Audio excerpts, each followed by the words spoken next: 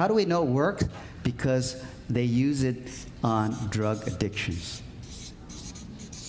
We know it works because the usual success rate for drug addiction correction is about 25%. And this is much more. If you go overseas, you see these programs. So what happens is,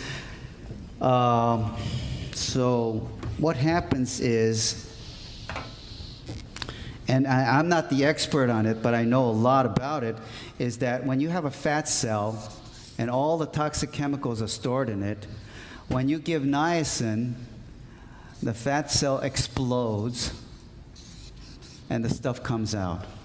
What comes out? The fatty acids, but also the big T, the toxic chemicals comes out. All right? So it's not the fact that you turn red. Get over that. It's the lipolysis.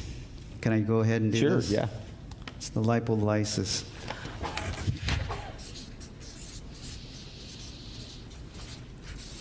So lipo from Greek, it meaning fat. Lysis is like breaking down.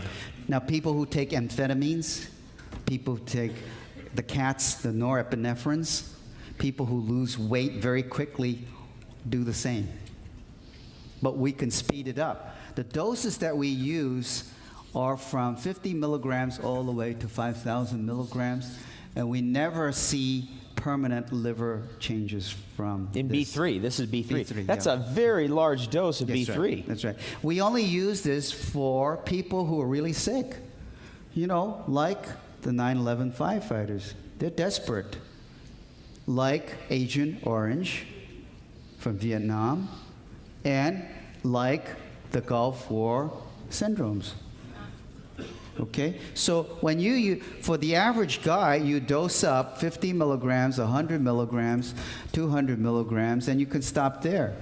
And you can use the opportunity, now that you mobilize, to get rid of it through two organs, skin and intestinal tract. When I was an intern, we used to see theophylline overdosing. The mother would bring the child in who's an asthmatic, and she feels really bad because she's overloaded him with theophylline, and he's going shaking because overdose of theophylline.